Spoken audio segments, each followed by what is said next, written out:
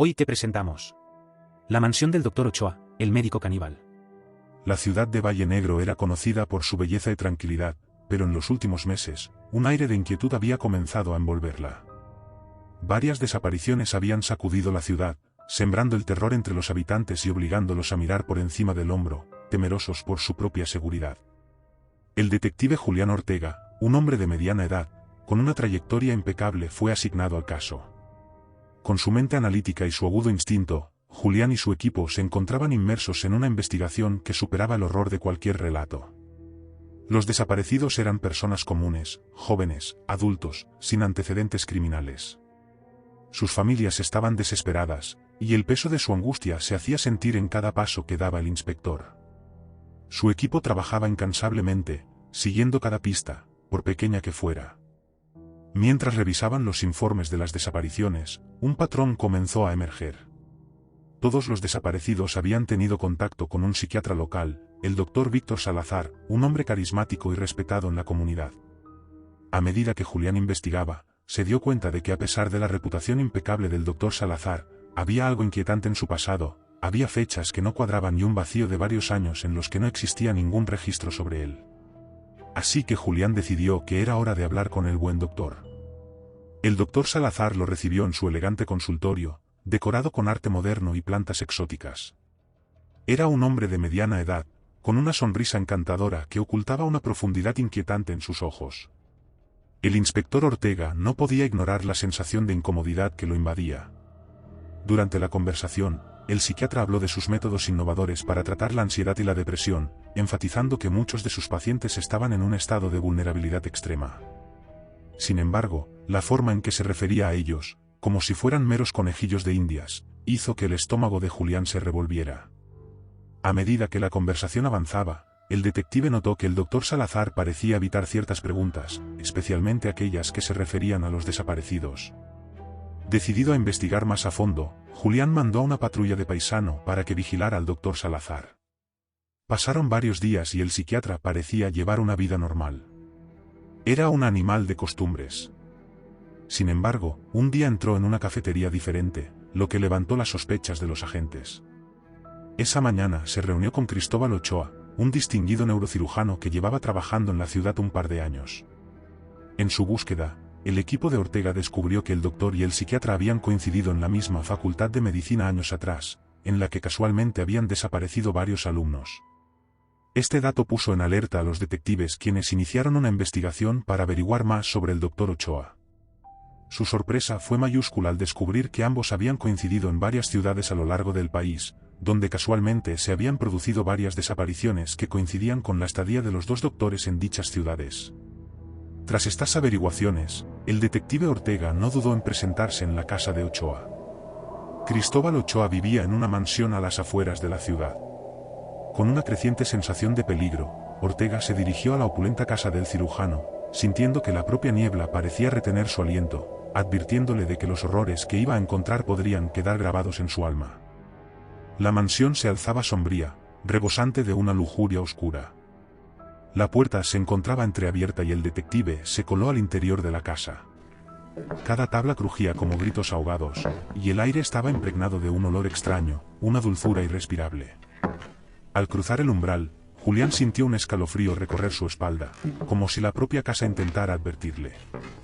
El eco de sus pasos resonaba en las paredes, y a medida que se adentraba, comenzaba a vislumbrar señales de una existencia perversa.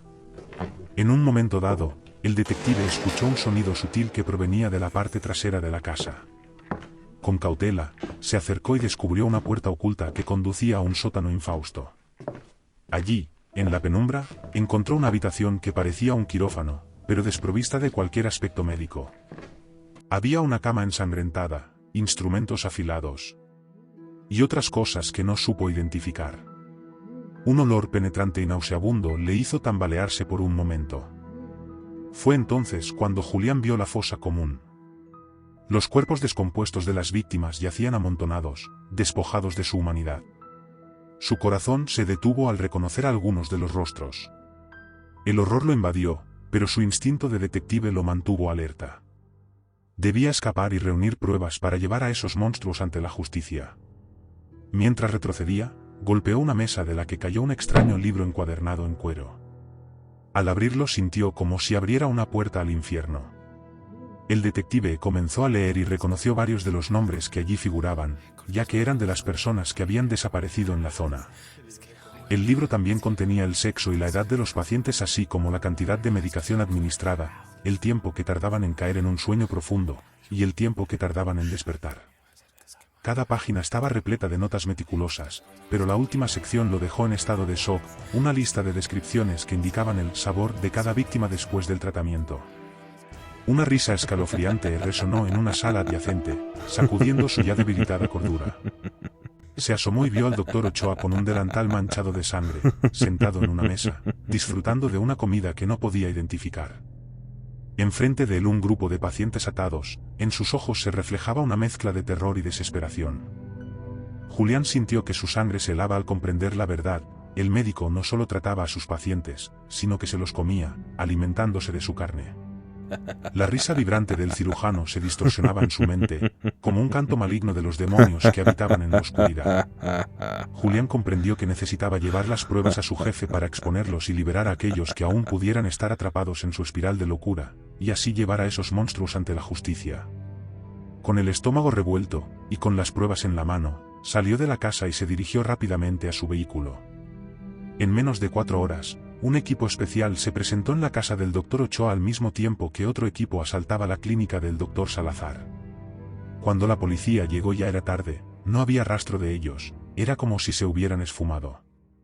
La clínica se encontraba vacía, no había portátil, ni papeles en la mesa, ni libros en las estanterías, ni siquiera estaba la placa con su nombre en la puerta. Pero la casa del médico. La policía forense se quedó horrorizada tras ver la estremecedora escena. Mientras los forenses levantaban los cadáveres, una terrible explosión borró toda huella de aquel macabro sótano, acabando con la vida de los forenses y de los agentes que se hallaban en esa zona de la casa. El juez firmó una orden de búsqueda y captura internacional para los 2 sujetos. Tras 8 largos meses de investigaciones infructuosas, fueron arrestados por una patrulla de tráfico al haberse saltado un stop en una ciudad situada a 500 kilómetros de Vallenegro. Ambos fueron arrestados sin oponer resistencia y puestos a disposición judicial. Los trasladaron a Vallenegro para ser juzgados por sus crímenes. Durante todo el trayecto, el Dr. Ochoa permaneció tranquilo y una sonrisa macabra se dibujaba en su rostro. Tras varias horas de interrogatorio y después de mostrarle el libro que había encontrado el detective en su casa, comenzó a contar una historia tan terrorífica como sorprendente. Un plan siniestro que habían perfeccionado con el paso de los años.